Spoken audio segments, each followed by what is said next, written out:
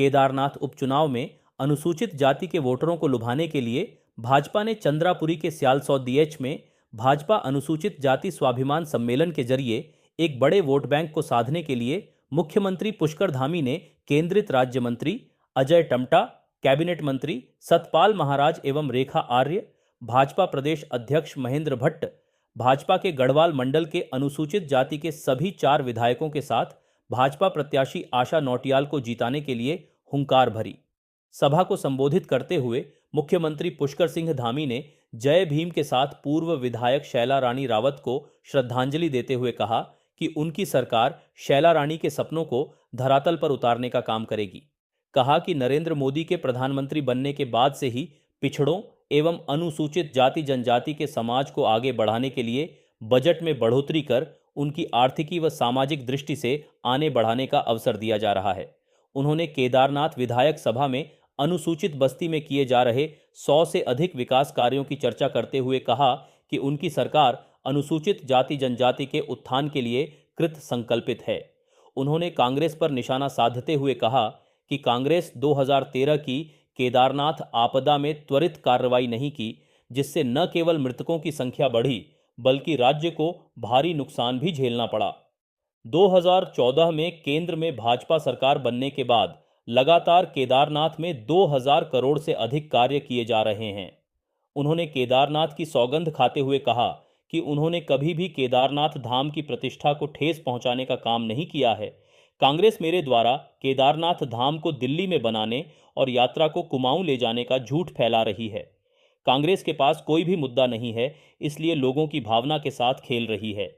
मेरे पिछले 3 वर्षों के कार्यकाल में सबसे अधिक यात्री 4 धाम यात्रा पर आए।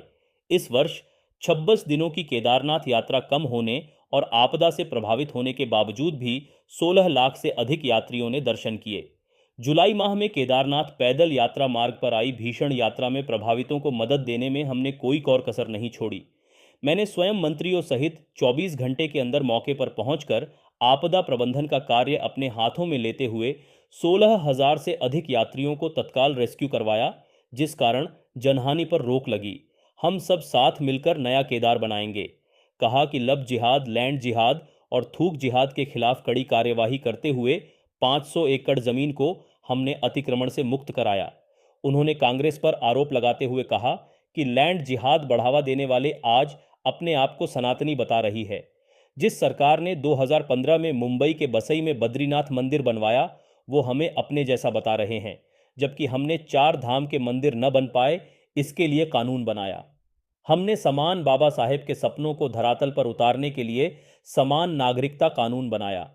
हमने सशक्त नकल विरोधी कानून बनाकर भी बनाना और जल्द ही सशक्त भू कानून भी बना रहे हैं। उन्होंने केदारनाथ के गांव-गांव से बड़ी संख्या में आए हुए अनुसूचित जाति की माता बहनों के जोश देखकर कहा कि अब समय आ गया है कि कांग्रेस को जड़ से उखाड़ना है और इस बार में भाजपा प्रत्याशी आशा नौटियाल को रिकॉर्ड मतों से विजयी बनाना है। सम्मेलन में उपस्थित केंद्रीय मंत्री अजय टमटा ने कहा कि वंचित व शोषित समाज की सभी समस्याओं का निदान केवल भाजपा ही कर सकती है, इसलिए भाजपा को जीतना जरूरी है। भाजपा प्रत्याशी आशा नौटियाल ने भगवान केदारनाथ से सभी के मंगल की कामना की और दिवंगत शैला रानी को श्रद्धांजलि देते हुए कहा कि भाजपा मंदिर बनाती है, जबकि कांग्रेस मंदिरों पर राजनीति करती है।